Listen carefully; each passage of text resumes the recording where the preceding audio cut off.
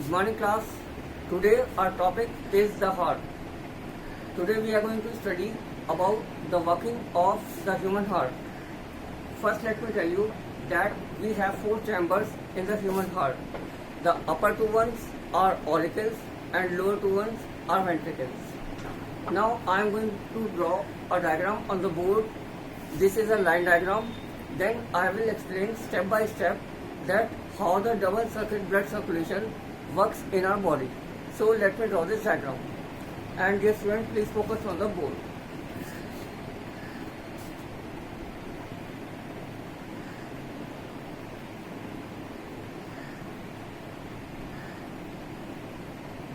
This is the line diagram of the human heart.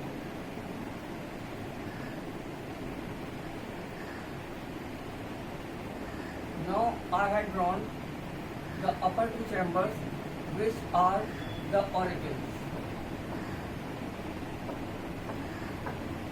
Now I had drawn the lower two chambers, which are the ventricles. तो जैसे मैंने आपको बताया, ये दोनों चैम्बर्स ऑरिकल्स हैं, ये दोनों चैम्बर्स वेंट्रिकल्स हैं, और ह्यूमन हार्ट में टोटल 4 चैम्बर्स हैं. But the basic point is that how we will remember that this chamber is right auricle. For this chamber, the basic point is that how we will remember that this chamber is either right or left. So for this we have a simple technique. When we are drawing the diagram on the paper or on the board, just hold your copy like that you are teaching somebody, and also in front of the board as you are teaching somebody. आप अपनी copy को ऐसे पकड़ें जैसे आप किसी को पढ़ा रहे हो. तो जो आपका राइट है वो आपकी कॉपी के डायग्राम का राइट होगा, और बोर्ड पर भी आपके डायग्राम का बॉडी का राइट होगा. This is the basic simple technique. और ह्यूमन फिजियोलॉजी में कोई भी चैप्टर हो उसमें राइट लेफ्ट को डिसाइड करने का this is the best method.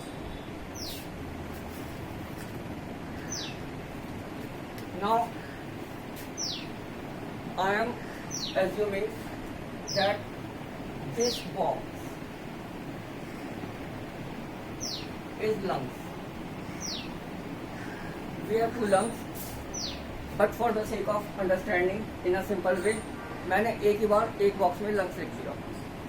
दोनों लंग्स में कितनी ब्लड वेसल जाती हैं, आर्टरीज कितनी जाती हैं, वेन्स कितनी वापस आती हैं, इसको हम बाद में डिस्कस करेंगे.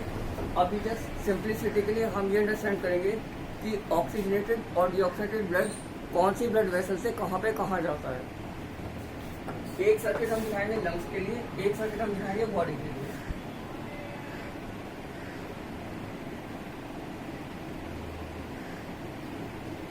Suppose this is the whole body.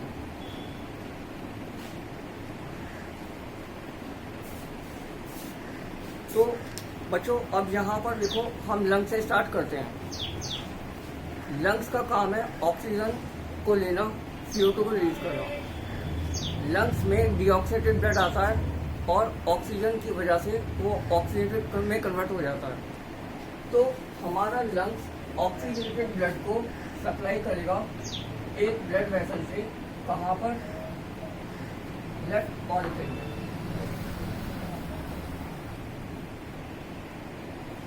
मैं आपको एक बार फिर बता देता हूँ, जैसे कि मैंने आपको बताया कि ये डायग्राम ह्यूमन हार्ट का है. इसमें 4 चैम्बर्स हैं, और इस चैम्बर को हम कैसे याद रखेंगे, इसका नाम क्या है. देखिए मैंने कहा दोनों ऊपर के चैम्बर ऑरिकल्स हैं, नीचे के दोनों चैम्बर वेंट्रिकल हैं. और जैसे हम इस डायग्राम को बना रहे हैं, और जो मेरा राइट है वो इस डायग्राम का राइट है. तो the name of this chamber is right auricle. This is left auricle, this is right ventricle, and this is left ventricle. अब ये जो ब्लड वेसल मैंने बनाई है, basically the name of this blood vessel is pulmonary vein, और इसके अंदर oxygenated blood है. तो I am marking this oxygenated blood with the letter O. ये प्योर ऑक्सीडेटेड ब्लड है which is carried by pulmonary vein from lung to the left auricle. अब इसकी direction देखिए ब्लड फ्लो की, ये ब्लड ऑक्सीडेटेड ब्लड कैसे आया, फिर इस चैम्बर में आपका ऑक्सीडेटेड ब्लड आ गया।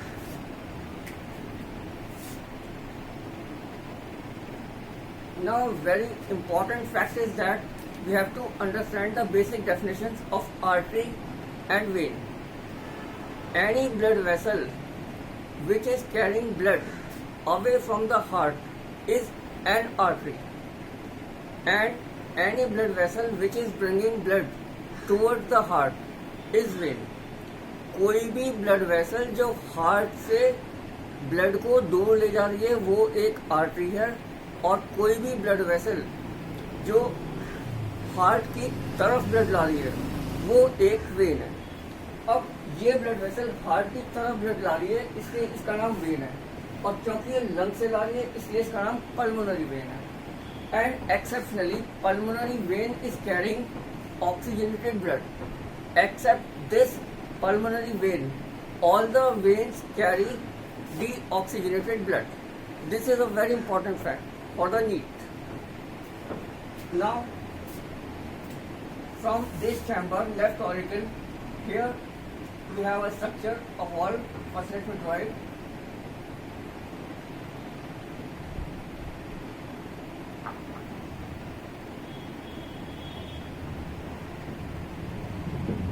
This wall is named as bicuspid wall. Bicuspid wall.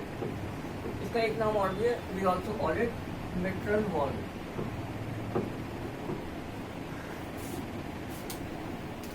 Actually, cusp means a cup-like structure or a flap. जिस वॉल में दो फ्लैप है वो bicuspid wall.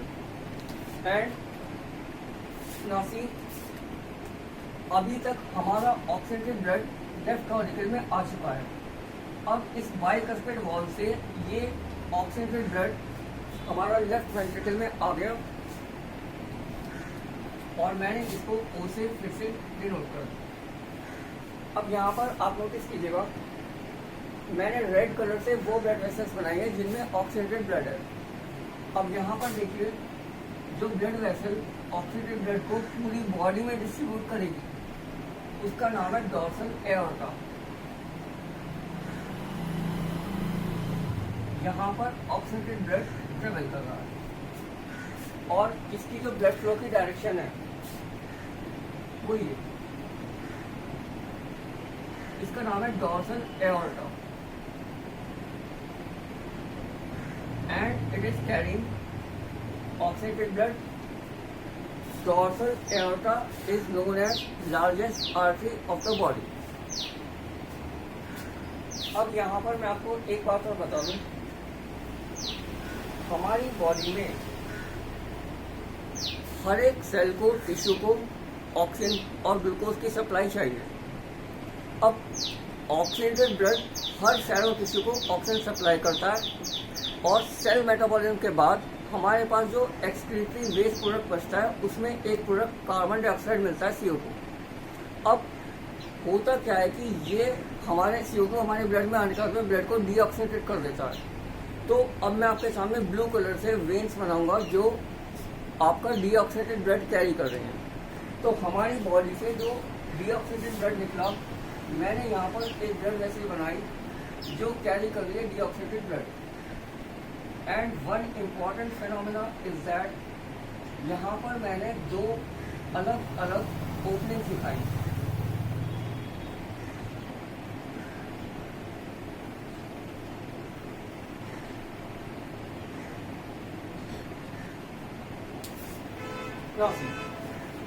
ये जो हमारे पास मैंने ब्लड वेसल बनाई है इसमें डीऑक्सीडेटेड ब्लड है, इसको मैंने डॉट से डिनोट किया है, और इसकी ब्लड वेसल को मैंने ब्लू कलर से दिखाया, डीऑक्सीडेटेड ब्लड कैरी कर रही है। इसका नाम है वेना केवा, और इसकी ब्लड फ्लो की डायरेक्शन है ये डीऑक्सीडेटेड ब्लड कैरी कर रही है इन दिस डायरेक्शन, और ये आपका blood deoxygenated blood right auricle में आ गया via help of vena cava. तो डीऑक्सीनेटेड ब्लड को मैंने डॉटेड मार्क किया। Now we have to remember one more fact and that is इस ब्लड वेसल का नाम है सुपीरियर वेना केवा।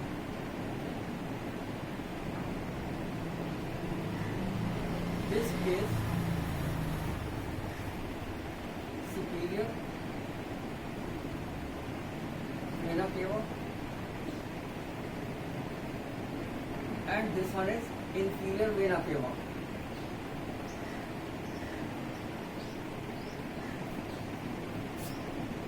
अब हमारा जो क्वेश्चन बनता है वो ये बनता है कि यहाँ पर मैंने दो ओपनिंग्स क्यों दिखाई है। एक्चुअली ये एक लाइन डायग्राम है आपको समझाने के लिए, लेकिन जो रियल स्ट्रक्चर होता है हमारी बॉडी में हार्ट का वो इस तरीके से होता है, सेंटर से थोड़ा लेफ्ट में टिल्टेड और राइट ऑरिकल में एक ओपनिंग सुपीरियर वेना केवा की ब्रेन की तरफ से आती है जो अपर साइड से एंटर होती है, और दूसरी इंफीरियर वेना केवा की ओपनिंग बॉडी की तरफ से नीचे से आती है, वो नीचे की तरफ से राइट ऑरिकल में एंटर करती है।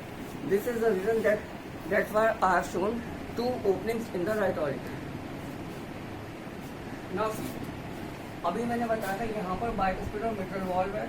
Similarly here also we have a valve. First let me draw it. This is a tricuspid valve.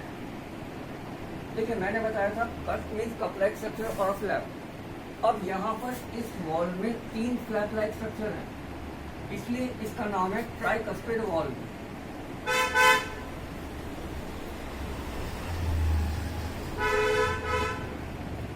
तो अब हमारा जो डीऑक्सीनेटेड ब्लड है राइट ऑरिकल में, ये आपका इस वॉल से पास आउट होकर के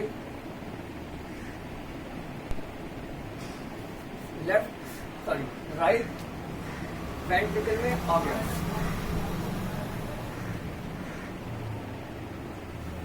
तो हमारा डीऑक्सीनेटेड ब्लड राइट ऑरिकल से राइट वेंट्रिकल में आ गया वाया ट्राइकस्पिड वॉल्व, जिसके अंदर 3 फ्लैप्स हैं। अब यहाँ से हमारा डीऑक्सीनेटेड ब्लड लंग्स के पास भेजा जाएगा through a blood vessel known as pulmonary artery. क्योंकि ये डीऑक्सीनेटेड ब्लड कैरी कर रही है, इसलिए मैं इसको भी ब्लू कलर से मार्क करूंगा। Now see, this is a blood vessel which is carrying deoxygenated blood to the lungs.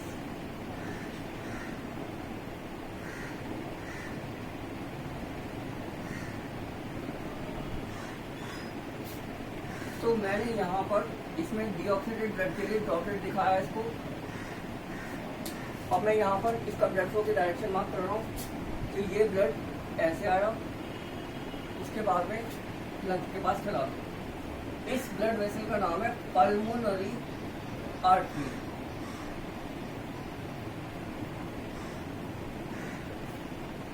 जैसे कि मैंने आपको अभी थोड़ी देर पहले बताया था, pulmonary vein is exceptionally carrying oxygenated blood, and except this one all veins carries deoxygenated blood.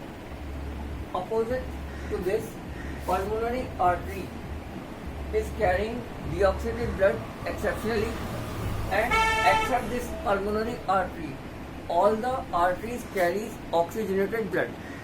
So these two are very important questions for the medical entrance examination. Now we have to understand the basic phenomena when suppose these are 2 auricles, upper ones, and these are 2 ventricles, lower ones. When auricles contract, then ventricles relaxes. जब दोनों auricle contract होंगे तो ventricles relaxation में जाएंगे, एक systole एक diastole. तो जब वेंट्रिकल्स कॉन्ट्रैक्ट करेंगे तो ऑरिकल्स रिलैक्स होंगे। अब यहाँ पर आप फोकस कीजिए, जब ये दोनों ऑरिकल्स कॉन्ट्रैक्ट करेंगे तो यहाँ पर जो है ये ब्लड नीचे आएगा, और जब वेंट्रिकल्स कॉन्ट्रैक्ट करेंगे तो यहाँ से ये ब्लड बॉडी में जाएगा और ये ब्लड लंग्स के पास जाएगा फॉर प्योरिफिकेशन। अब यहाँ पर सबसे ज़्यादा इम्पॉर्टेंट एक और चीज़ है जो आपको समझनी है और याद करनी है फॉर कॉम्पिटिटिव एग्जामिनेशन। वो ये कि यहाँ पर हमारे हार्ट में वॉल्स हैं and the basic function of the valve is to prevent the back flow. अब यहाँ पर वॉल्स के नाम आपको याद करने हैं। देखिए, here we have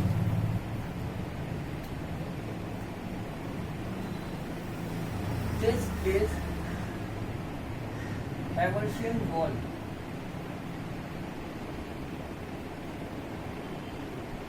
and this is Eustachian wall. This is tricuspid wall, bicuspid wall, and this is covered by auricular wall.